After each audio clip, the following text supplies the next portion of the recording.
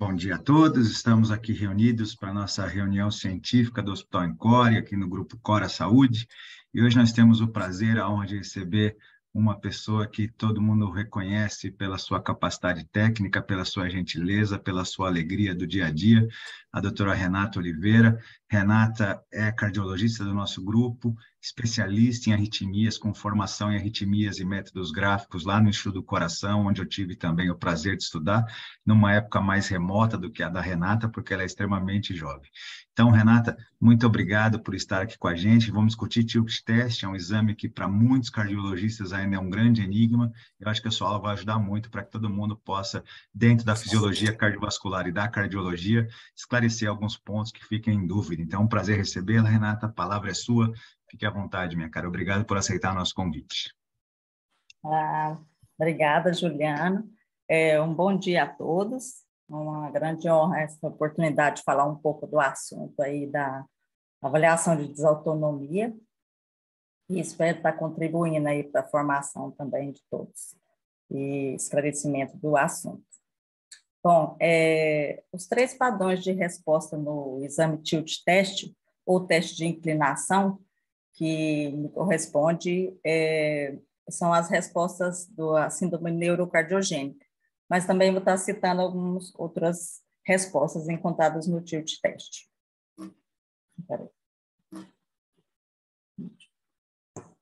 Então, deixa eu só tirar a minha imagem aqui, que está me atrapalhando. Um pouquinho de dano. Tá. Então, o Tilt Test, o teste de inclinação, ele é um teste que foi criado aí, a princípio com o intuito de pesquisa, e depois a gente iniciou a avaliação de pacientes que tinham desmaios ou pré-desmaios quando eram colocados na posição de ortostase. Então, ele revela susceptibilidade à hipotensão, né, e implicações importantes para o tratamento efetivo esses desmaios ou quedas da pressão que têm causas multifatoriais. Vou voltar aqui no...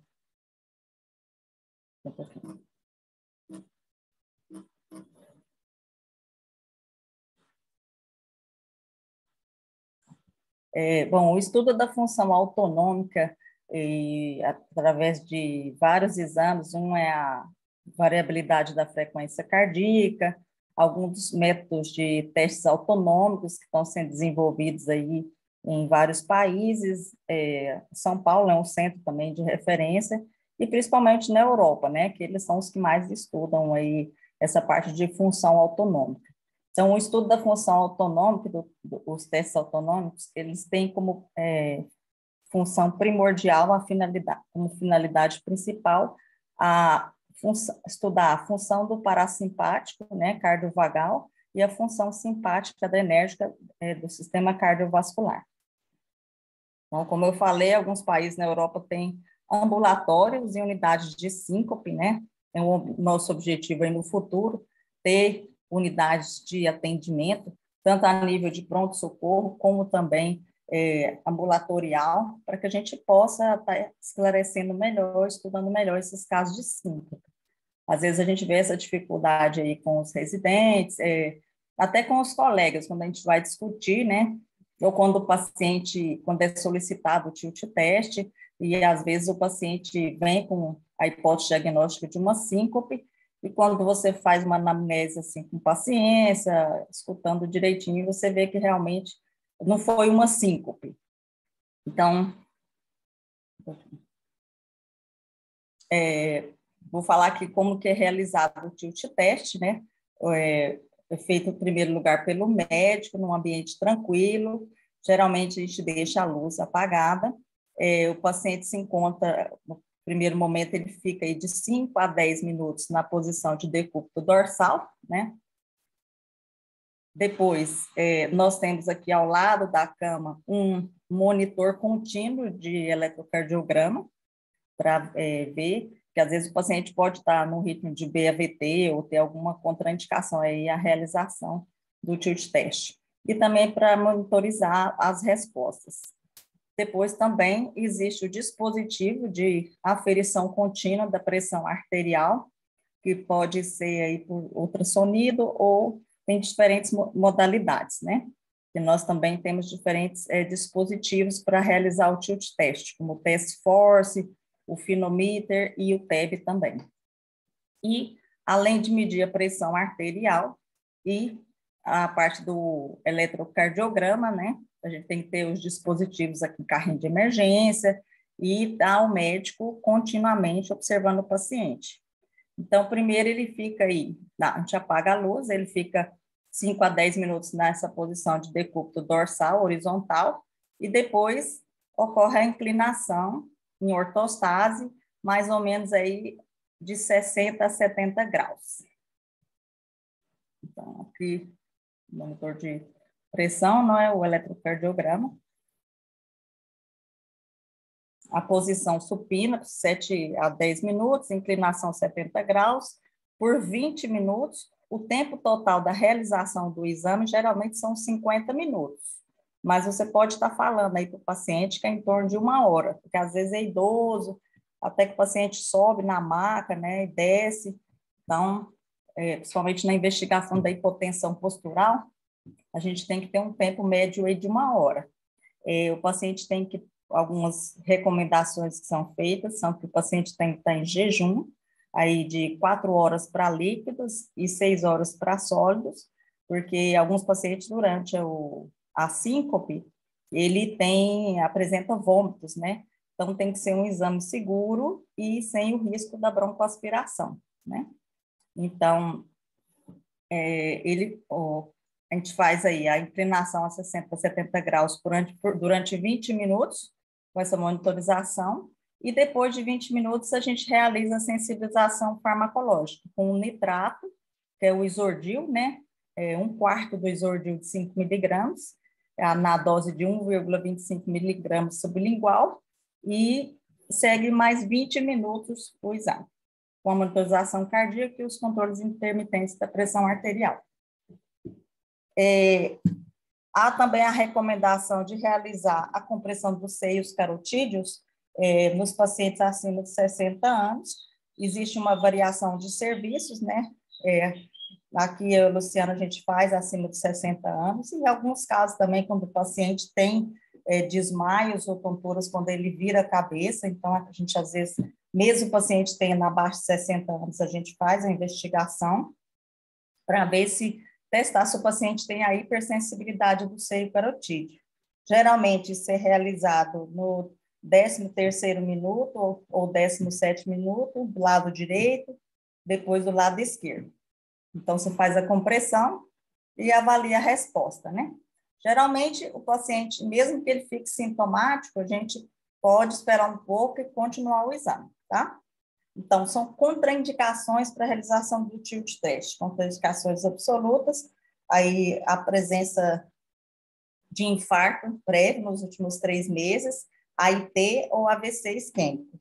E na contraindicação a realização da compressão do seio carotídeo, antes de realizar a compressão, nós fizemos a ausculta, né, presença de sopros, ou já conhecida obstrução maior de 70% nas carótidas, seja direita ou esquerda, já contraindica também a realização dessa compressão. Bom, são indicados geralmente para investigação de síncopes, pré-síncopes, tonturas relacionadas ao ortostatismo e quadros desautonômicos. Juliana, deixa eu fazer uma pergunta, desculpa. Está aparecendo o nome do Fernando de todo mundo aqui, está atrapalhando a leitura. Não, só no seu, pode ficar tranquila. Seja o que for, se você quiser sair e apresentar de novo, mas para a gente não está aparecendo, não. Não, né? Deixa eu tentar aqui, está tampando tudo. Tudo bem, peraí. Ok. Bom, então, ele é realizado para investigação desses quadros aí relacionados a alterações durante o ortostatismo e quadros desautonômicos. Aí a gente teve a brilhante apresentação do Dr. Juliano sobre SPOT, né, síndrome postural ortostática taquicardizante, e também, às vezes, não tem sintomas, mas é a taquicardia postural ortostática taquicardizante, né? Ele explicou brilhantemente, não preciso nem citar mais detalhes, tanto da fisiopatologia como do tratamento. Uma outra resposta também, vou citar no próximo slide, os tipos de resposta. Mas a especialidade que mais solicita o tilt test são os neurologistas, mas também é solicitado por cardiologistas e outras especialidades. Mas a gente acaba vendo, assim, que há uma subvalorização desses sintomas aí de pré-síncope. Acho que a síncope até o médico ele investiga mais, mas quando o paciente tem a pré-síncope, pode ser um aviso de uma possível síncope em um outro evento, acaba que não é investigado, tá? Pelo especialista. Então, acho que deve ser mais indicado.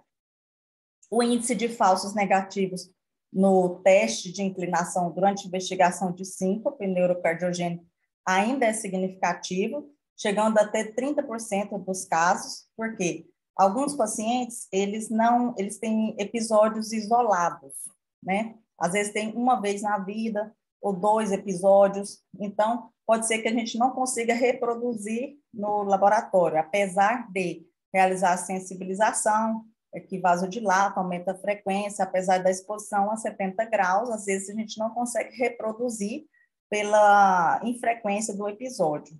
Porém, também, por outro lado, nós temos pacientes que têm os sintomas com muita frequência. Eu vi um caso já, paciente que tinha aí 9 a 15 vezes por dia, síncopes por síndrome cardioneurogênica. Também tem exames com resultados falsos positivos, são menos frequentes, tá? Um entendimento dos mecanismos envolvidos dentro da fisiopatologia e as respostas fisiológicas certamente facilita a interpretação desses exames. Então, às vezes, o paciente tem também a síndrome vasovagal, mas ele pode estar tendo aí outras patologias, como hipertrofia, com estenose aórtica. Então, assim, vai muito da investigação, eu acho que principalmente da anamnese realizada no consultório, para poder guiar o tipo de investigação e quais são os exames necessários, né, para definir o diagnóstico.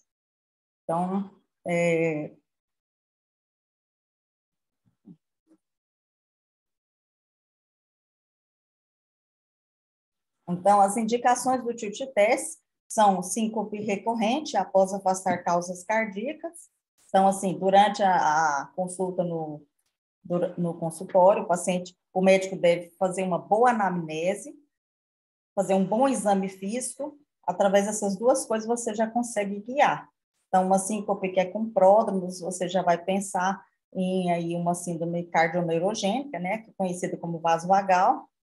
Eu não gosto muito de usar esse termo, mas vou usar mais aqui o síndrome cardioneurogênica ou neurocardiogênica. Então, de acordo ao sintoma, a descrição, a apresentação da síncope, nós vamos nos guiar para as possíveis causas dessa síncope.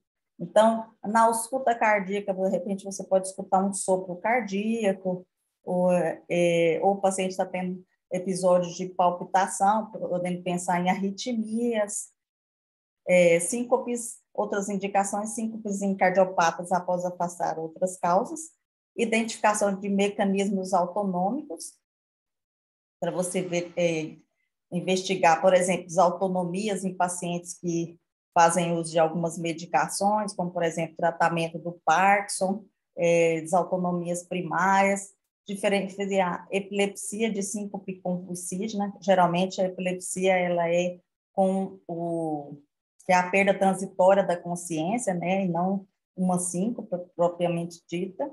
E as características da epilepsia geralmente são tônico-clônico generalizadas, mas podendo apresentar-se de formas diferentes também, as focais, né? E a síncope convulsígena, a síncope convulsígena relacionada à vasovagal, ela geralmente pelo perda do tônus muscular, o paciente tem movimentos mioclônicos, né? Mas mais pela hipoperfusão cerebral generalizada. E também para investigar quedas recorrentes em idosos. Antes de indicar o tilt test, o exame precisamos definir. Então, durante a anamnese, realmente foi uma síncope? Durante a anamnese, perguntar, o senhor perdeu a consciência ou o senhor quase perdeu a consciência? No geral, o paciente vem e ele descreve que, não, na verdade, eu vi tudo que estava acontecendo. Então, a gente percebe que é muito vou usar um termo aqui um pouco pesado, mas impaciência, às vezes, dos colegas para guiar essa investigação. Então, ou foi uma pré-síncope ou é uma tontura. Outra pergunta é em que posição o paciente se encontrava durante os sintomas. Então, ele estava deitado ou ele estava sentado ou estava em posição ortostática. Outra pergunta, se apresentou melhor ao assumir a posição de decúbito dorsal horizontal e se foi precedida de pródromos, principalmente se ele teve palpitação, né? Como, por exemplo, a gente pensando aí em uma arritmia ventricular mais grave, posterior a um episódio, por exemplo, de isquemia, então o paciente vai ter a palpitação e, na sequência, por hipofluxo cerebral, vai ter a síncope. Ou foi uma síncope desliga-liga, que faz a gente já pensar o contrário, pensar em bradiarritmias. O paciente está conversando e, de repente, desliga, sem pródromos. Então, é frequente a gente encontrar aí nos monitores, não tanto no Holter, mas muitas vezes no Looper, episódios de BAV de segundo grau, do tipo 2, ou BAV avançado, ou BAVTs intermitentes, né? Quando você ainda tem aí um RIS em torno de 70, um intervalo HB. É um paciente que vai evoluir com BAVT e está tendo esses sintomas. Então, sempre quando for episódio de desliga, liga, atentar para bradiarritmias. Outra pergunta, não menos importante, é se estamos frente a outras causas de síncope de origem cardíaca, como, por exemplo, a estenose aórtica severa, que tem a síncope como um marcador de prognóstico, né? Isso você pode definir durante a ausculta cardíaca, ou pelo menos suspeitar, e outras arritmias cardíacas, como, por exemplo, as canulopatias. Esse episódio de síncope foi durante uma febre, a gente pode pensar em brugada, ou foi durante a natação, ou em que momento ocorreram esses sintomas. Então, isso também abre um leque para você pensar em outras possibilidades mais graves, né? Porque a síndrome vasovagal, ela é uma entidade benigna, apesar do risco da pessoa ter queda e contusões. Então, a gente é obrigada a descartar os diagnósticos diferenciais. Se ela for desliga-liga, se for liga-desliga, né? E também um simples eletrocardiograma, além da anamnese, do exame físico, e um eletrocardiograma, eu acho que é importante também, porque eu já recebi algumas vezes pedido de tilt test, e quando o paciente chegou, quando eu liguei o monitor, o paciente estava em BAVT. Então, às vezes, assim, tem baixo custo e o tempo de espera também para marcar o tilt test aí, às vezes demora, e a gente às vezes perde a chance aí de estar dando o tratamento adequado para o paciente, nesse caso, um implante do marca-passo. As contraindicações ao tilt test, como eu falei antes, e outras mais, vou citar a estenose mitral severa, a estenose aórtica grave, a hipertrofia obstrutiva, insuficiência coronariana proximal obstrutiva, por exemplo, paciente que tem uma lesão de tronco de coronária esquerda, uma lesão grave proximal da DA, tá? Uma estenose carotídea grave, que seja aí, porque muitos pacientes durante a investigação, somente o neurologista, ele pede o Doppler, né, de carótidas e vertebral. Então, aí, às vezes, o paciente alega, a gente verifica que tem essas lesões acima de 70%, isso já impede que a gente faça a compressão dos seios carotídeos. E também a gravidez. O meu tema não é síncope, mas eu acho que eu posso aqui falar, vou falar rapidamente em 2 ou 3 slides, para a gente fazer uma revisão rápida do tema, tá? Que é a principal indicação do tilt test.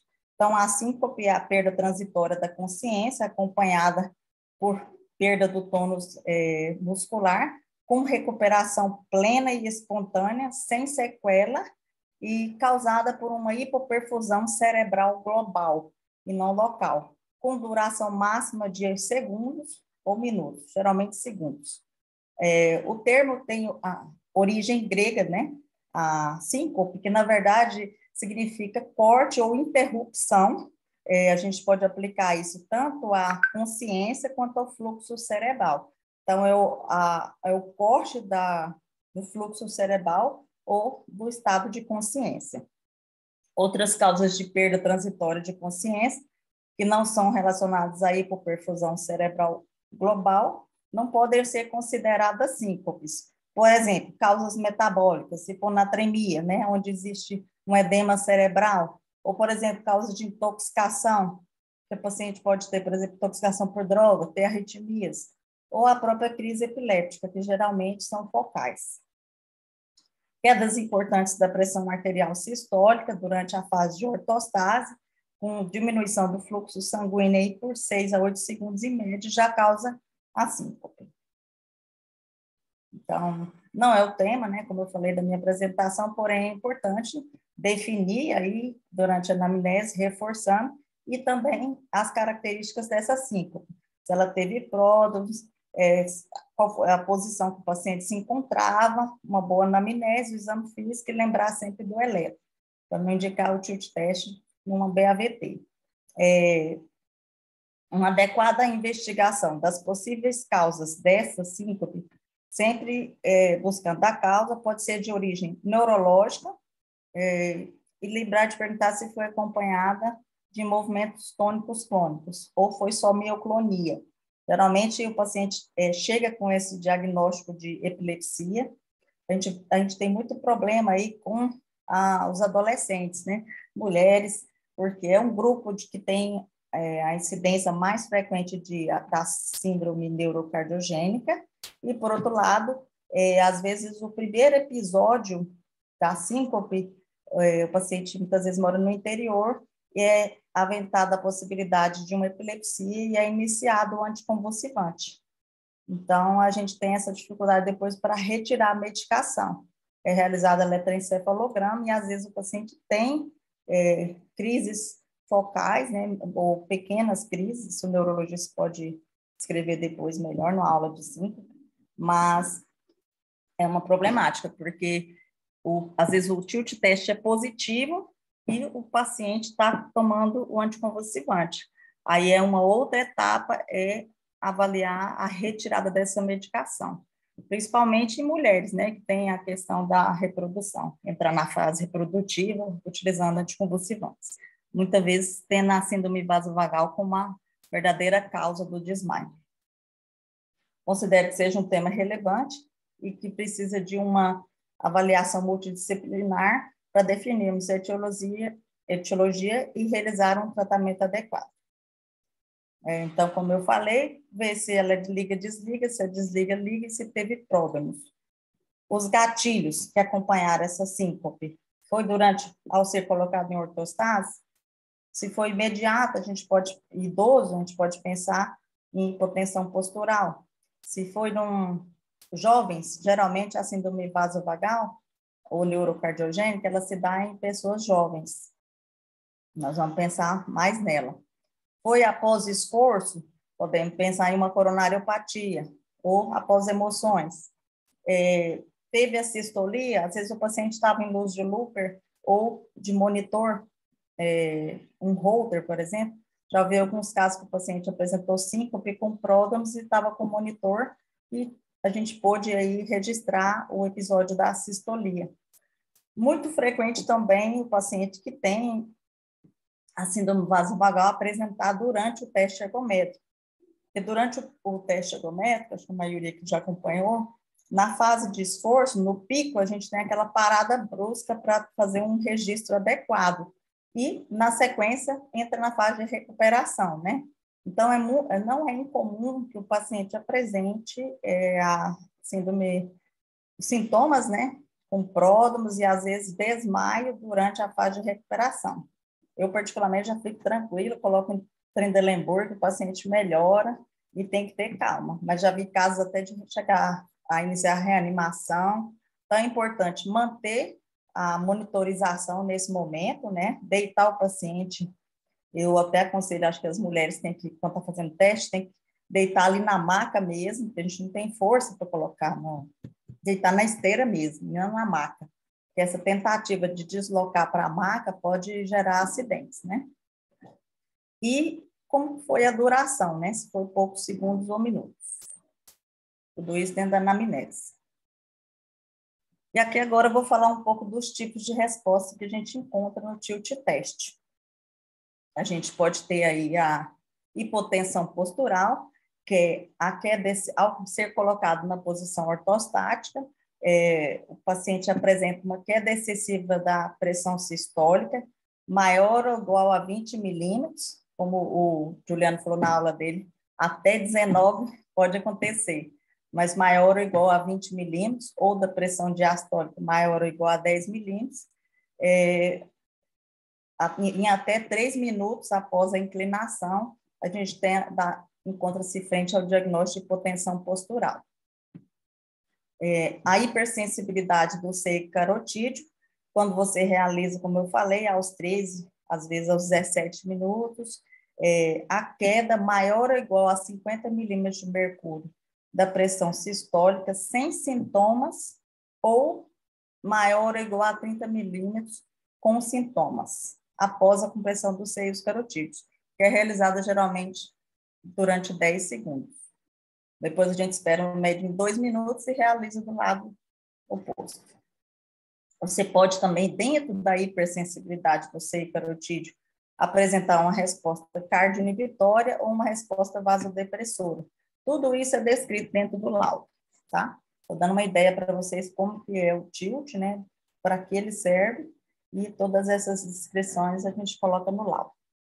E a síndrome postural ortostática taquicardizante, que geralmente aí é aumento da frequência cardíaca, em torno de 130 batimentos, logo após a inclinação.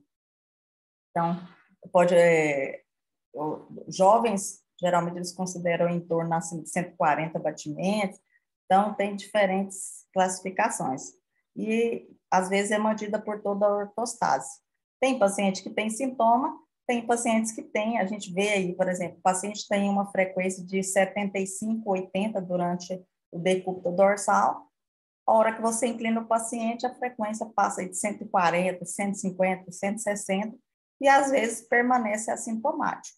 Nesse caso, a gente não coloca a síndrome postural, a gente coloca resposta taquicárdica ao assumir a posição ortostática. Outros tipos de resposta encontrada no tilt test é a resposta desautonômica, né, que é uma hipotensão arterial durante toda a exposição ortostática, ela ocorre de forma gradual e progressiva, queda da pressão arterial gradual e progressiva, associada ou não à queda da frequência cardíaca. Geralmente também é acompanhado de uma insuficiência cronotrópica e o paciente não tem o aumento adequado da frequência cardíaca que acontece aí durante o assumir a posição de ortostase. É outra resposta que a gente coloca no tilt test, é a resposta cronotrópica adequada ou inadequada. O normal é que, ao assumir a posição ortostática, ocorra aí um aumento em torno de 10 batimentos, tá? Assim, geralmente está em 80 de frequência, aí você coloca ele em ortostase, ele vai para 90, 100. Esses pacientes desautonômicos, eles têm essa resposta cronotrópica inadequada. Outra resposta, às vezes pode acontecer também, é uma resposta exagerada ao nitrato, que é a queda exagerada da pressão arterial 5 minutos após a administração da medicação, tá? E muitas vezes você percebe que o paciente não precisa da sensibilização com a medicação, que vai ter, principalmente pacientes jovens, às vezes a descrição das características da síncope é muito assim, para a gente que está realizando, a gente fica ali 50 minutos com o paciente, então antes a gente pergunta direitinho, e muitas vezes a gente já sabe que vai apresentar, então a gente nem administra a droga de sensibilização. Fora disso, abaixo dos 40 quilos também é contraindicado. E outras pacientes que têm alergia, né? E a outra resposta é o tilt test negativo. E vou me atentar aqui ao tema que me foi proposto para apresentar, que é a síndrome neurocardiogênica, onde é a verdadeira resposta do tilt teste positivo, tá? Então, quando você vê resposta tilt teste positivo, você está sempre frente a uma síndrome neurocardiogênica. Então, existem 3 tipos de resposta positiva ao teste de inclinação, que é a resposta vasodepressora, que é só a queda da pressão, a resposta mista, quando ocorre a queda da pressão e a queda da frequência cardíaca, até valores que eu vou descrever. E a cardioinibitória, que ela é dividida aí pela classificação europeia, eles colocam, diverge um pouco, mas tem eu particularmente gosto dessa descrição aí, da cardioinibitória 2A e 2B, é de acordo ao tempo de assistolia. Então, a gente registra tudo isso durante o eletro, durante a entrega do laudo, é feita toda a descrição, mais o gráfico, né? Vou mostrar para vocês alguns exemplos, e também as etapas do eletro, principalmente no caso da cardioinibitória, né? Que a gente manda junto com o laudo o episódio de assistolia, ou pausa ventricular, né? Às vezes a gente vê só a pausa ventricular, e geralmente a gente vai contar a maior, né? Às vezes o paciente tem um QRS, mas a gente vai contar o maior tempo de assistolia que ele apresentou, ou de pausa ventricular. Então, dentro das 3 respostas, a vasodepressora, ela se define pela queda da pressão sistólica maior de 30 milímetros e também e mantendo uma frequência cardíaca sem queda, ou no máximo 10% em relação à frequência cardíaca prévia aos sintomas, tá? No momento que ele vai apresentar a síncope. Às vezes, a gente interrompe o exame e volta o paciente ao decúbito dorsal antes dele apresentar a síncope, porque assim, a gente já vê a alteração da queda da pressão, já vê a alteração ali da queda da frequência, então muitas vezes você não precisa esperar o paciente desmaiar, né? Até porque tem um tempo de recuperação, um mal-estar, mas isso assim, é feeling, é o tempo que permite isso para a gente. Então, a vasodepressora, o paciente, quando ele realmente tem a síncope, a frequência média aí é de 7/4, 6/4, às vezes até menos. A resposta neurocardiogênica do tipo mista, ela se define pela queda da pressão sistólica maior de 30 milímetros e da frequência cardíaca, porém mantendo-se acima de 40 batimentos por minuto, por um período inferior a 10 segundos. Então, esse também a gente envia o eletro junto. Às vezes a frequência do paciente está ali 130, 140 e cai de uma vez para 62, 50. Então, ela estando acima de 40, por um tempo inferior a 10 segundos, a gente define, entra dentro dessa definição de mista. E há outro tipo de resposta, que é a cardioinibitória, que é a queda da pressão arterial, também a pressão sistólica maior de 30, e a frequência cardíaca cai para baixo, menor ou igual a 40 batimentos, por mais de 10 segundos, sem assistolia ou por menos de 3 segundos, desculpa. E a cardioinibitória tipo 2B, também é a queda da pressão sistólica mais de 30 milímetros, e aí você observa uma sistolia, né, maior a 3 segundos. É importante ressaltar que a forma cardioinibitória da síndrome cardioneurogênica é uma resposta neuralmente mediada, ou seja, mediada pelo sistema nervoso autônomo, e não uma resposta da inervação cardíaca, né? Então, não é uma alteração primária e não é uma resposta formada ali no coração. Essa é a grande discussão aí do tratamento no quesito de implantar ou não o marca-passo. Porque se fosse uma resposta só do nosso nasal, a gente implantaria o marca-passo e estaria resolvido. porém os pacientes seguem desmaiando, né? Porque é uma resposta que vem da origem central. Então,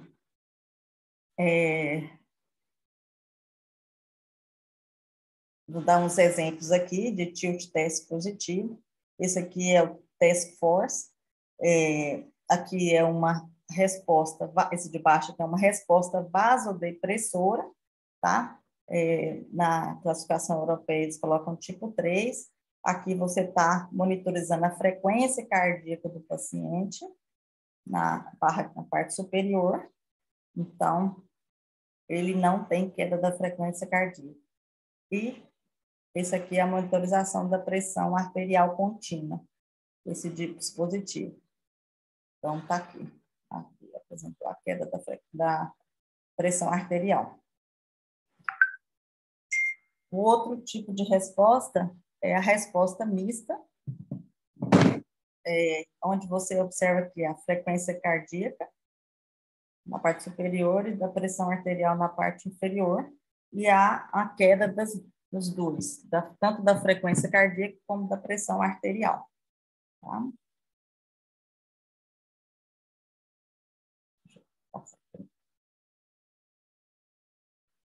Esse aqui é o outro tipo de resposta, que é a síndrome neurocardiogênica, do tipo resposta cardioinibitória, onde ocorre aí a pausa sinusal e às vezes se observa também bloqueios atrioventriculares avançados.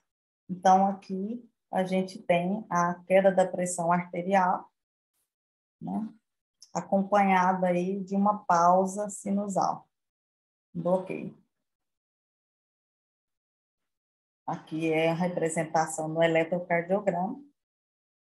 Até quem não é acostumado assusta, né? O paciente está sentindo bem e, de repente, ele começa a referir pródromos, e aí você observa aí a sistolia. Eu já vi a sistolia até de 74 segundos, mas é a certeza de que, ao ser colocado na posição de ortostase, né?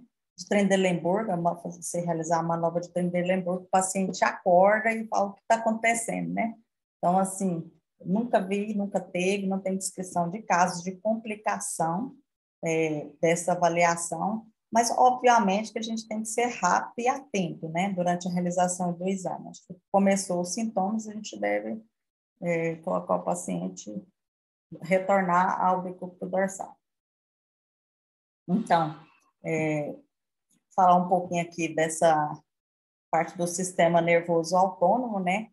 Que a fisiopatologia da síndrome neurocardiogênica, ela é, na verdade, relacionada a uma resposta do sistema nervoso central e não um controle da parte cardíaca. A gente sabe que o coração, ele tem uma inervação rica em gânglios, na parte, principalmente nos átrios, né? Eles falam na parte posterior do átrio esquerdo, é muito rico na inervação, tanto parasimpática como simpática, e uma das propostas aí da cardioneuroablação é nesse sentido, que eu vou falar daqui a pouco.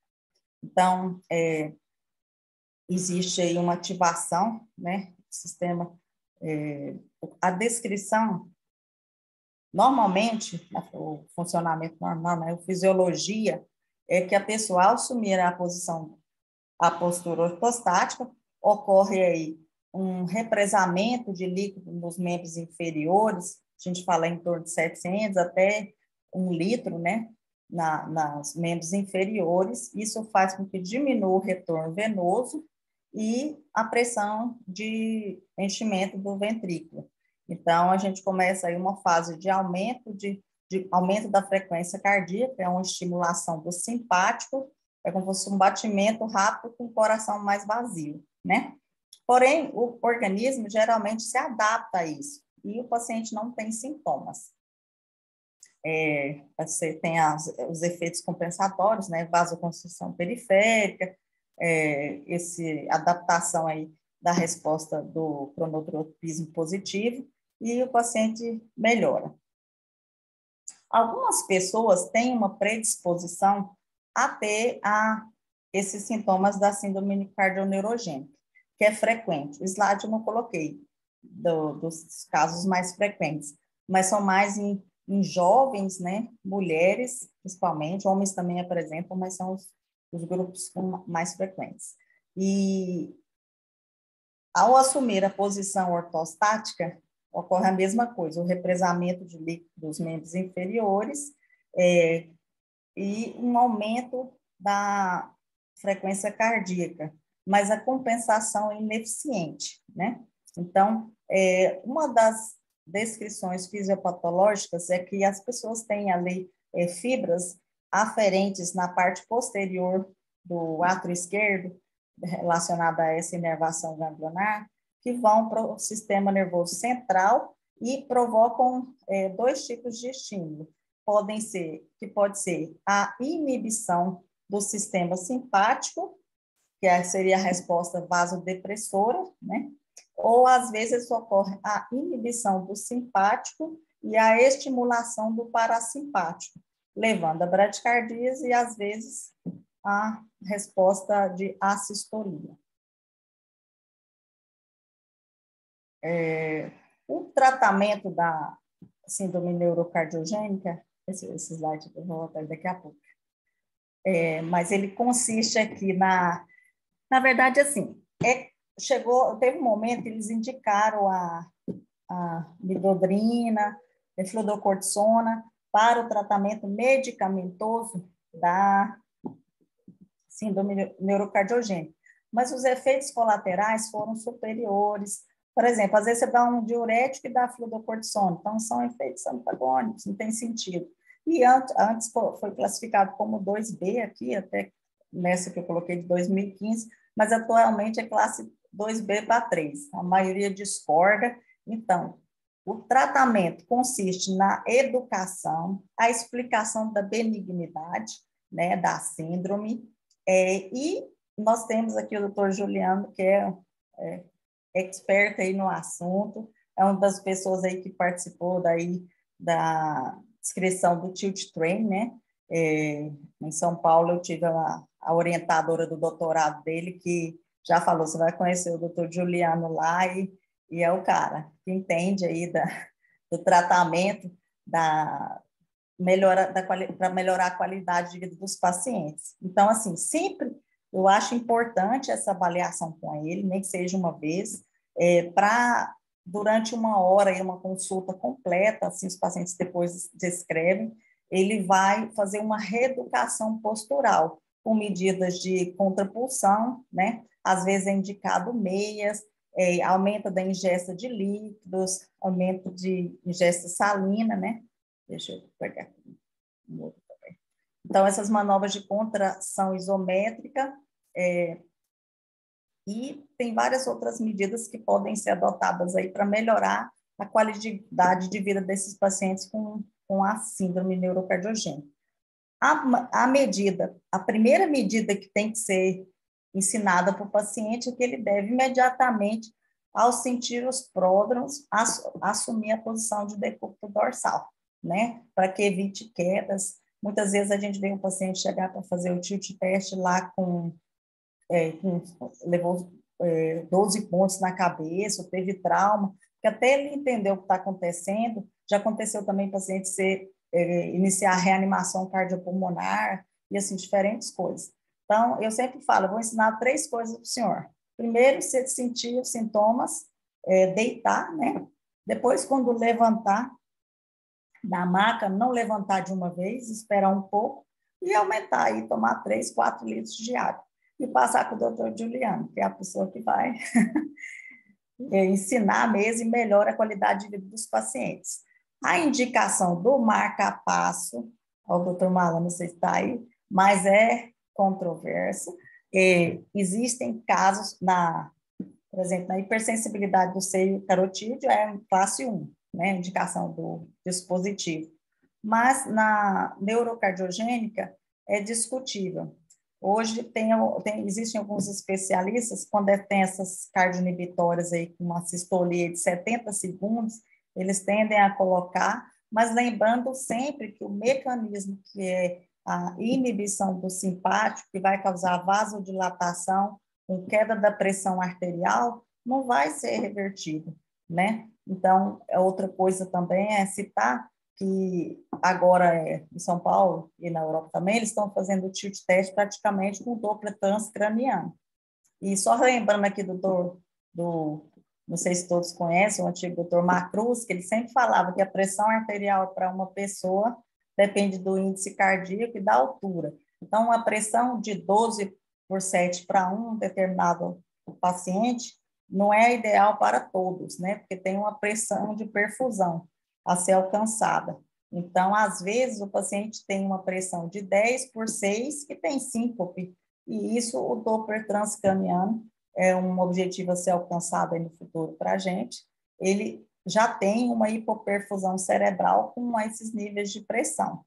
Então, tem muita coisa a ser estudada, esclarecida, e seria isso, mais ou menos, que eu queria falar. Um assunto que é extenso, é importante demais, colocar só esse slide aqui para a gente pode falar no outro momento, é a hipotensão postural, só coloquei aqui para lembrar, que é muito frequente no idoso, é causa de queda, ela pode ser primária ou secundária, tá? Nos casos que é por desautonomia, ou às vezes a medicação, tratamento de próstata, ou do Parkinson, eu acho que o médico pode rever a dose. Mas a gente vê muita hipotensão postural no tratamento da insuficiência cardíaca. Eu acho que isso tem que ser revisto. A qualidade de vida do paciente também é importante, né? Então, assim, você está tratando seu coração, mas vive caindo, não consegue ficar 2 minutos em pé, então isso tem que ser bem avaliado também, tá? E deixar essa mensagem aqui, que as autonomias são problemas clínicos comuns, subdiagnosticados nos pronto-socorros e às vezes no consultório, e muitas vezes erroneamente diagnosticado como sendo de origem psicológica. Não que a síndrome, que a síncope neuro de origem psicológica não seja também relevante, porque a gente, durante o tilt teste, a gente é capaz também de ver essa síncope, porque o paciente tem queda da cabeça, dobra o joelho, tem umas características. Eu, particularmente, nunca tive coragem de colocar aqui nas descrições, mas já vi chefes que colocam. Por quê? Porque merece um tratamento adequado, que seja com psicotrópico, mas esse paciente ele precisa de um apoio também de um especialista. E é importante ressaltar que essa forma cardioinibitória da síncope, né, que causa bradicardia sistolia, a inervação dela, a causa não é primária, a formação do problema não é só cardíaco, né, e a propagação do impulso elétrico vem da origem central. Muito obrigada. Muito obrigado, Rê. Fantástica. Acho que é importante deixar claro para todo mundo que a Renata, em pouco tempo, sintetizou uma fisiopatologia extremamente complexa aí e que demanda realmente conhecimento. Então, essas noções do sistema nervoso autônomo, das respostas, são fundamentais e a Renata, de maneira rápida, conseguiu passar a mensagem. Uma das coisas que acho que todo mundo também precisa saber é o fato que o tanto que os residentes, quando estão passando na enfermaria, eles falam assim, olha, que bom que a Renata está lá, ela tem toda a paciência para explicar as coisas para eles, é unânime o querer bem que todos têm pela Renata e a capacidade que ela desempenha nas suas atividades do cotidiano, dentro do laboratório de tilt teste, né, do Hospital Anis Rassi também, ela tem desempenhado as suas atividades e Renata, obrigado pelas palavras, especialmente a minha pessoa, não mereço tanto, mas agradeço demais, minha querida. Então, queria abrir para as perguntas, eu sei que elas devem existir, quem quiser falar é agora. Muito obrigado, viu, Rê, pela gentileza. Bom dia. Bom dia, professor Francisco. Parabéns pela aula, professora. Queria perguntar uma coisa que às vezes acontece muito na minha prática, que os médicos, quando às vezes tem uma história rica do paciente de síncope, falam que não é necessário o tilt porque a história já é clara. E acaba que você fica sem a confirmação. Eu queria ouvir a opinião dela em relação a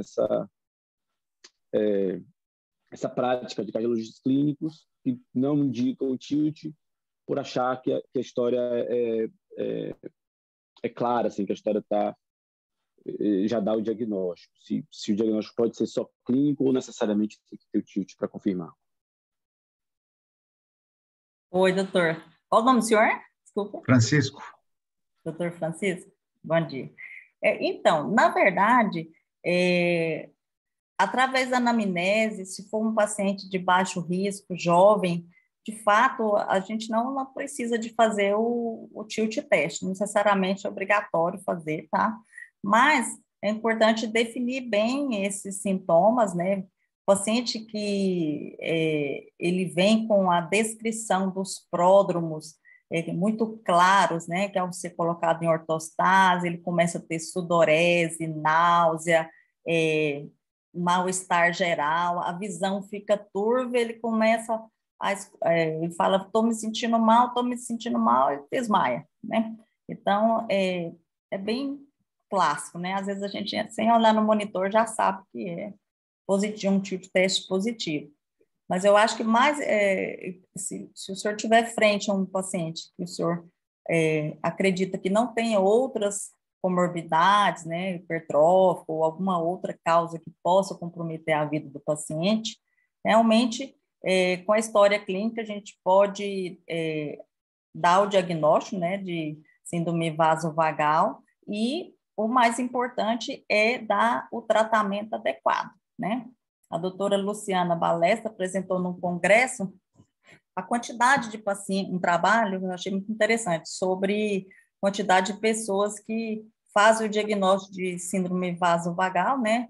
E, o que é vasovagal benigno, tchau. Só que não é assim, né? Porque a pessoa, ela machuca, é desconfortável. Eles, por exemplo, soldados, às vezes, estão lá em continência, desmaia. Então, assim, só quem tem mesmo sabe quanto diminui a qualidade de vida do paciente. Mas respondendo, se a história for bem clássica, dá para, sim, assumir as medidas e, se persistir no futuro, pode se realizar. Bem, uma coisa deixar claro, Rê, aqui também, uma vez que o tilt realizado, não precisa repetir o teste para confirmar se está respondendo ao tratamento. A clínica é soberana. Tem muito colega que fala assim, não, eu já fiz o tilt, deu positivo, está tratando, eu vou repetir o tilt para ver se está funcionando o tratamento. Não precisa, né? Porque às vezes o tilt continua positivo, a vida da pessoa melhorou, e aí cria aquela aura de novo de coisa ruim. Queria que você falasse um pouquinho disso.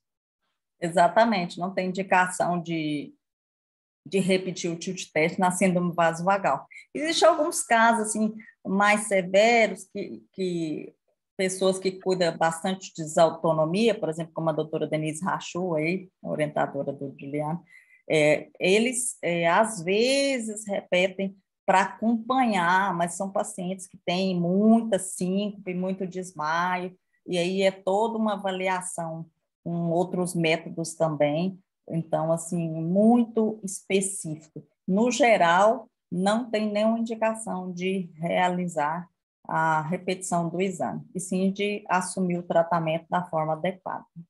Perfeito. Maurício? Bom dia a todos. Bom dia, Renata. Parabéns. Renata, eu sempre achei que abordar a síncope, não só dar aula de síncope, como estudar a síncope, como tratar a síncope no consultório, é uma das coisas mais difíceis em cardiologia. E você deixou bem claro o porquê e nos orientou também a maneiras melhores de fazê-lo, né? O paciente com síncope, às vezes, você não acha absolutamente nada, você chega a duvidar que teve a síncope e, às vezes, ele chega, como você disse, aí, com um trauma craniano. E as nuances são grandes, né? Muitas vezes elas não estão no coração e é o cardiologista que tem que orientar. Então, nesse sentido, eu queria fazer uma pequena contribuição e depois uma pergunta.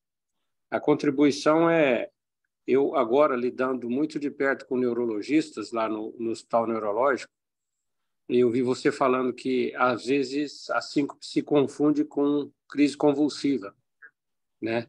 E muitas vezes é difícil também separar para o neurologista a crise convulsiva da síncope ou de uma crise neuropsicogênica, que entre nós o que nós chamamos de PT, né?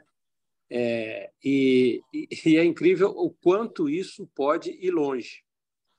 E o que eu tenho visto no neurológico é que lá existe um serviço ímpar de investigação de epilepsia, onde são realizados o vídeo EEG, é um eletroencefalograma, que a pessoa fica internada, suspende medicamentos anticonvulsivantes, e ele pode ficar de 1, 2, 3, em média 5 dias a 15 dias internado sem medicação, com monitorização de eletroencefalograma 24 horas por dia e com um vídeo monitoramento. É um sistema informatizado que detecta alterações e faz a gravação do vídeo ali. E, por incrível que pareça, eu fiquei assustado com a informação que pode chegar a mais de 15% a quantidade o percentual de crises epiléticas psicogênicas, ou seja, não é epilepsia. E muitas dessas manifestações vêm como síncope, né? Então, essa é a dica, assim, quando houver essa dúvida, que a gente dispõe dessa ferramenta que é muito útil. A pergunta é no sentido do teste sensibilizado. Eu já tive aí 1 ou 2 pacientes, coincidentemente o idoso, e eu acho que síncope em idoso é um capítulo à parte, né? Você mencionou muito bem isso, mas quando a gente recebe um idoso que vem com um teste positivo sensibilizado por isordil, nitrato sublingual, eu fico com a impressão, Renata, que se eu, que nunca tive uma síncope, que faço exercício físico, e tenho um hábito, eu acho que eu posso dizer saudável, talvez um pouco workaholic, mas eu acho que se você me colocar naquela prancha e me der um isordil, eu vou desmaiar. Então, assim, eu tenho uma tendência, talvez por ignorância, de não valorizar isso. Queria que você comentasse um pouco mais sobre essa síncope não a síncope do idoso, mas o tilt test do idoso, né? Que também eu acho, eu te confesso, eu tenho resistência de indicar o teste. Acho que por ignorância. Na verdade, a parte da sensibilização, a gente até tem um certo cuidado na hora, porque, primeiro, que a dose é muito baixa, né? 1/4 da medicação é 1,25 miligramas. O paciente tiver assim com a pressão, tiver mais hipotensa, a gente até não faz, né? Tem alguns limites de pressão que a gente não realiza, por exemplo, 9/6, assim, ou que você percebe que o paciente já esteja com pródromos. Mas, assim, o efeito é 3 minutos, a gente está ali observando, e, de fato, os pacientes que não têm a resposta vasovagal, síndrome neurocardiogênica, eles normalizam, eles não têm o aumento da frequência, a pressão fica normal. Agora, o idoso, ele é um paciente à parte, porque nele eu não creio tanto nessa resposta, a gente espera mais a hipotensão postural, ou a própria desautonomia. Felizmente, não deu para mim colocar aqui os slides, mas, às vezes, a pressão arterial do idoso, é outro tipo de resposta que a gente tem, é a resposta, a gente coloca lá embaixo, tilt teste negativo, resposta desautonômica, que é a queda progressiva. Você vê o paciente na posição de decúbito dorsal, está ali 170, você coloca em ortostase, ele vai para... ele não preenche o critério para hipotensão, com queda de mais de 20 milímetros, mas ele vai caindo, até que ele começa a ficar sintomático, ali com 8, 7, e você progride. Se você continuar, o paciente vai 6, 5 de pressão. Então, isso aí entra na outra questão, que é a desautonomia. A resposta exagerada, geralmente, são nos 5 primeiros minutos, tá? Então, assim, se for, lá na descrição do tilt test, a gente coloca, né, a resposta até o 5º minuto. Então, a gente vai colocar a resposta exagerada. Agora, não tem por que ele ter sintomas de queda de pressão arterial ou de inibição do simpático ou estimulação de parasimpático depois, tá? É apenas para a gente causar uma certa vasodilatação, mas o paciente, ele normaliza ou ele fica assintomático. Agora, a hipotensão postural, que ela é muito assim desvalorizada quando a gente... hipotensão postural, pronto. Só que, assim, gente, a qualidade de vida desses idosos com hipotensão postural, eu acho que dá uma aula inteira, assim, o tema. É muito complicado. Esses a gente nem sensibiliza. Eles simplesmente de assumir a posição ortostática, você espera um pouco e ele já desmaia. Então, muitas vezes, a primeira causa é medicamentosa. Infelizmente, aí é um excesso de medicação nossa mesmo, tá? E com relação à síncope psicogênica, tem algumas características lá no tilt test que a gente observa, né? Como eu falei, essa queda da cabeça, a dobrar os joelhos, mas, assim, eu conheço esse método que o senhor falou aí, esse exame é muito interessante, porque você está fazendo o eletroencefalograma e está vendo o vídeo do episódio.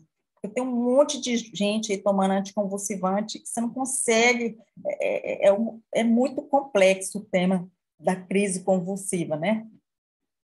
E as mães, às vezes, com muita afoitas para aumentar o anticonvulsivante, então os neurologistas têm dificuldade, eu acompanho até na família também casos assim, retirar essa medicação, né? Também.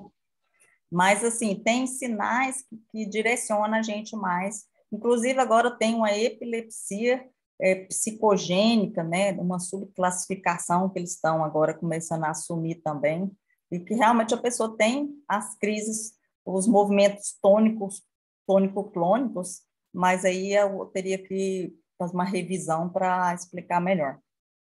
Mas eu acho que é um dispositivo que a gente tem que valorizar, sim, porque é muito bom. Não sei se eu respondi a pergunta. Excelente, Renato.